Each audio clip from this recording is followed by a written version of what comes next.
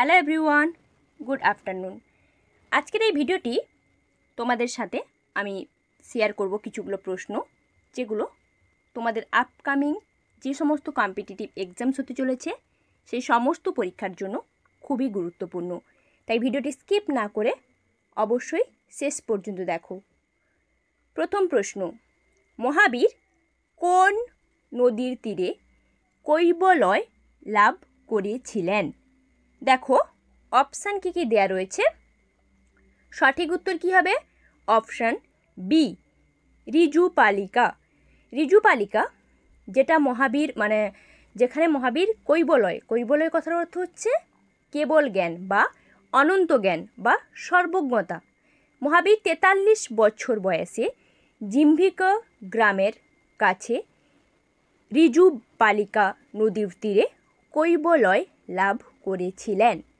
ঠিক আছে, next question, Ashok কোন বৌদ্ধ পণ্ডিতের নিকট বৌদ্ধ ধর্মের দীক্ষা নেন? কোন বৌদ্ধ পণ্ডিতের নিকট? অপশান দেখো কি কি দেয়া রয়েছে। সঠিক উত্তর কি হবে? সঠিক উত্তর হবে অপশান সি, উপগুপ্ত, যিনি একজন বৌদ্ধ সন্ন্যাসী ছিলেন। সম্রাট অশোক, যিনি 263 খ্রিস্টপূর্বাব্দে বৌদ্ধ ধর্মে দীক্ষিত হয়েছিলেন।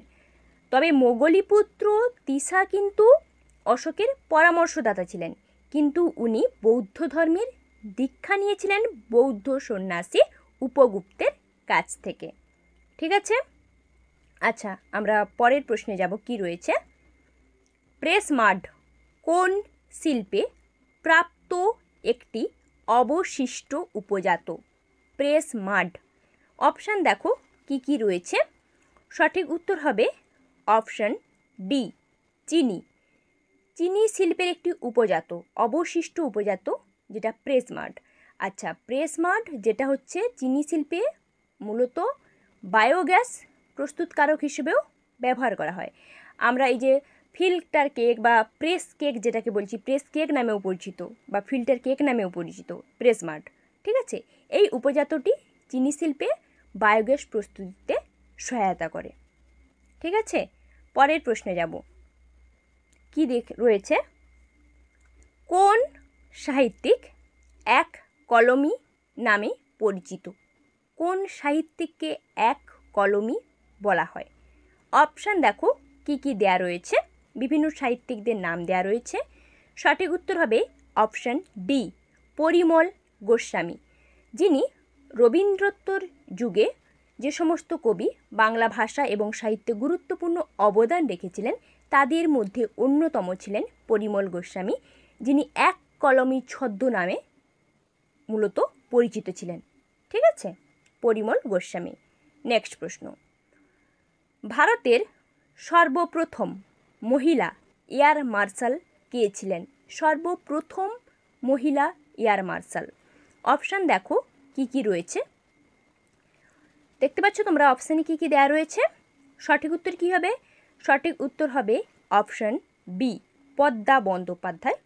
ওনার পুরো নাম পদ্মাবতী বন্দ্যোপাধ্যায়, যিনি ভারতের বিমান বাহিনীতে সর্বপ্রথম মহিলা এয়ার মার্শাল পদে উন্নীত হয়েছিলেন পদ্মাবতী বন্দ্যোপাধ্যায়। নেক্সট কোশ্চেন, ভারতের কোন রাজ্যে পাট্টাচিত্রের প্রচলন রয়েছে? পাট্টাচিত্র কোন রাজ্যে প্রচলিত?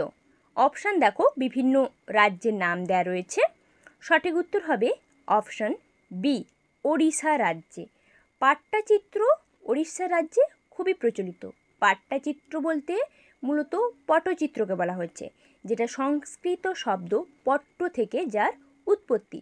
এটা মূলত পট্টচিত্র বলতে চিত্র এবং ছবিকে বোঝাচ্ছে, যেটা হচ্ছে ক্যানভাস, ক্যানভাসে বিভিন্ন পেন্টিং যেটা কালারিং করা হচ্ছে, ক্যানভাসে বিভিন্ন পেন্টিংগুলোকে কালারিং করা হচ্ছে, ওটাই পট্টচিত্র বা পাট্টাচিত্র নামে পরিচিত, যেটা ওড়িশা রাজ্যে খুবই প্রচলিত। নেক্সট, উত্তরায়ণ কোন সময় হয়? উত্তরায়ণ, অপশান দেখো কি কি রয়েছে। উত্তরায়ণ কোন সময় হচ্ছে? আচ্ছা, অপশানগুলো তোমরা দেখতে পাচ্ছ কি কি রয়েছে। সঠিক উত্তর হবে অপশান এ, 21শে জুন, উত্তরায়ণ হচ্ছে 21শে জুন। ঠিক আছে, আচ্ছা আমরা পরের প্রশ্নে যাই। কোশ্চেন নাম্বার 8 কি রয়েছে? পাললিক মৃত্তিকায় কোন উপাদানটি অনুপস্থিত?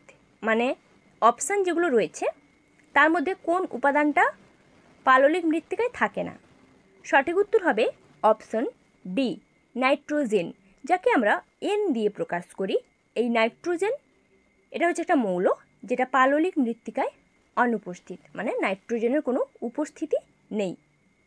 ঠিক আছে, নেক্সট, অন্তর্দয় অন্ন যোজনা কোন পঞ্চবার্ষিকী পরিকল্পনার সময় চালু করা হয়? অন্তর্দয় অন্ন যোজনা, অপশান দেখো কি কি রয়েছে। সঠিক উত্তর হবে অপশান বি, পঞ্চম পঞ্চবার্ষিকী পরিকল্পনার সময় অন্তর্দয় অন্ন যোজনা চালু করা হয়েছিল। নেক্সট, মালহোত্রা কমিটি কোন ক্ষেত্রের জন্য গঠন করা হয়? মালহোত্রা কমিটি, দেখো অপশান কি কি রয়েছে। সঠিক উত্তর হবে বিমা। ঠিক আছে, বিমা বলতে বিভিন্ন যে বিমা কোম্পানি, ঠিক আছে, মালহোত্রা কমিটি মূলত ওই বিমার সঙ্গে যুক্ত, মানে বিমা কোম্পানির ক্ষেত্রে ব্যবহার করা হয় বা গঠন করা হয়। নেক্সট, কলমকারী কোন রাজ্যের লোকচিত্র? কলমকারী, অপশান দেখো, রাজ্যগুলোর নাম দেওয়া রয়েছে অপশানে। সঠিক উত্তর কী হবে? Option D, Andhra Pradesh. কলমকারী হচ্ছে একটা প্রাচীনতম মুদ্রণ শিল্প বলতে পারো। ঠিক আছে, কলমকারী, যেটা অন্ধ্রপ্রদেশ রাজ্যে যার শেকড় পাওয়া গেছে প্রায় 3000 বছর আগে অন্ধ্রপ্রদেশ রাজ্যে কলমকারী চিত্রের সন্ধান মেলে, যেটা হচ্ছে প্রাচীনতম একটি মুদ্রণ শিল্প, কলমকারী লোকচিত্র। ঠিক আছে, তাহলে Andhra Pradesh is the right answer. Next, সম্প্রতি ভারতের কোথায় প্রথম সাংবিধানিক পার্ক তৈরি করা হলো? প্রথম সাংবিধানিক পার্ক, সঠিক উত্তর হবে অপশান এ, পুনে। মহারাষ্ট্র রাজ্যের পুনে শহরে প্রথম সাংবিধানিক পার্ক তৈরি করা হলো। ঠিক আছে, thanks for watching my video. এখনও যারা আমার চ্যানেলকে সাবস্ক্রাইব করোনি, নতুন নতুন কন্টেন্ট পাওয়ার জন্য চ্যানেলটিকে সাবস্ক্রাইব করো, ভিডিওটিতে লাইক কমেন্ট শেয়ার অবশ্যই করো।